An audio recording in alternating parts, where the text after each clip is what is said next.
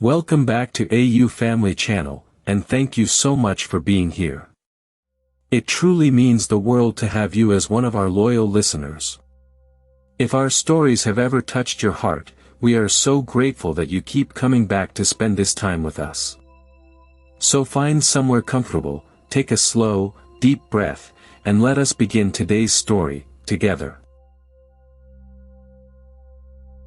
I need to tell you about the worst thing I ever did, even though I'd never laid a hand on anyone or said a single mean word.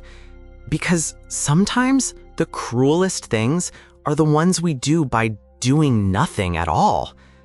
This is the story of the girl who ate lunch alone, and how it took me way too long to understand that I was the reason she did.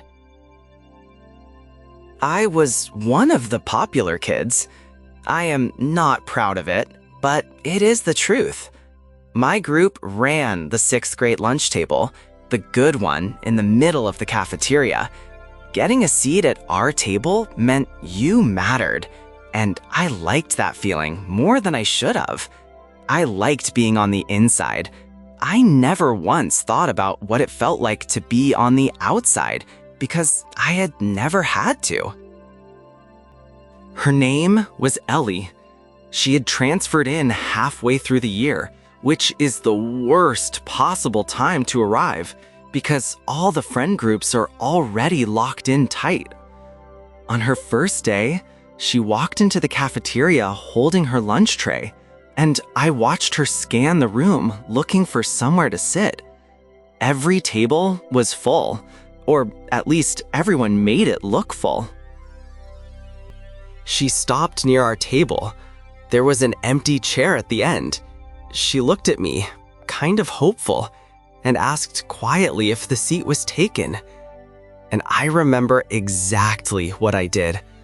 I looked at my friends, and one of them gave me this tiny shake of the head, and so I said, "Sorry, we are saving that for someone." It was a lie. Nobody was coming. But Ellie just nodded and walked away, and she ended up at an empty table in the far corner, alone. And that is where she stayed, every single day for weeks, alone at that corner table while the whole cafeteria buzzed around her. I told myself it was not my problem. I told myself she probably liked being alone. I told myself a lot of things, because the truth that I had shut the door on her for no reason at all was too uncomfortable to look at. My friends noticed her too, but not with kindness. They made little jokes. They called her the corner girl. Once, someone made a comment about how she must have no friends because there was something wrong with her. And I laughed. I actually laughed.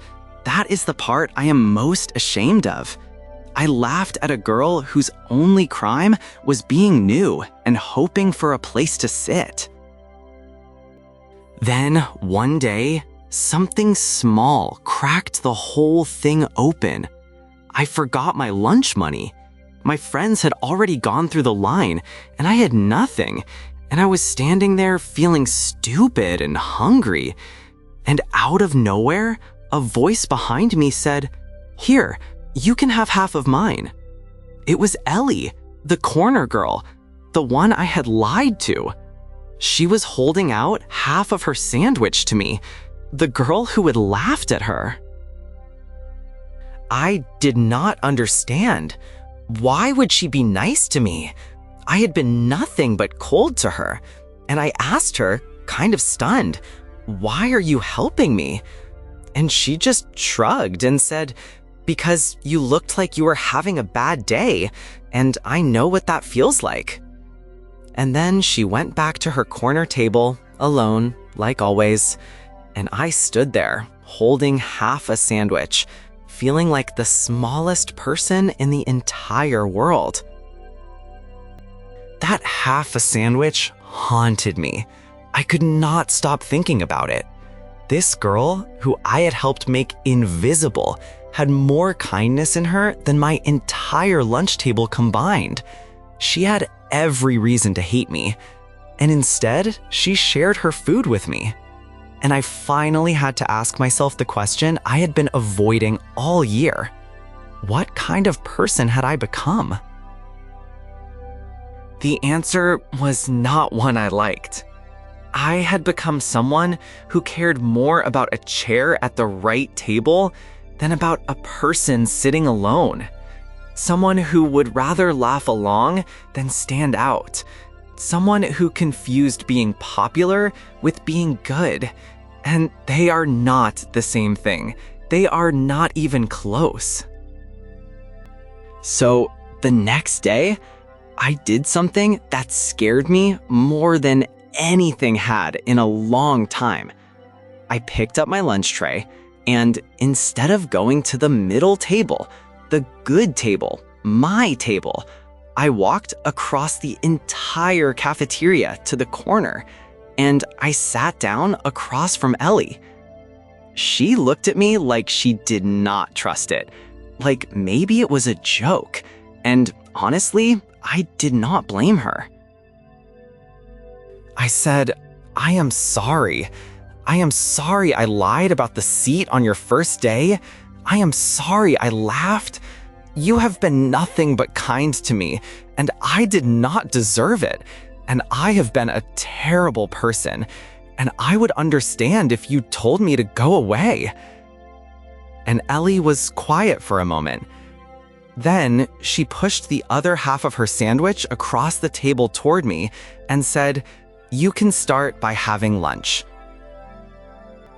I felt my whole group staring at me from across the room. I could feel them wondering what I was doing, sitting with the corner girl.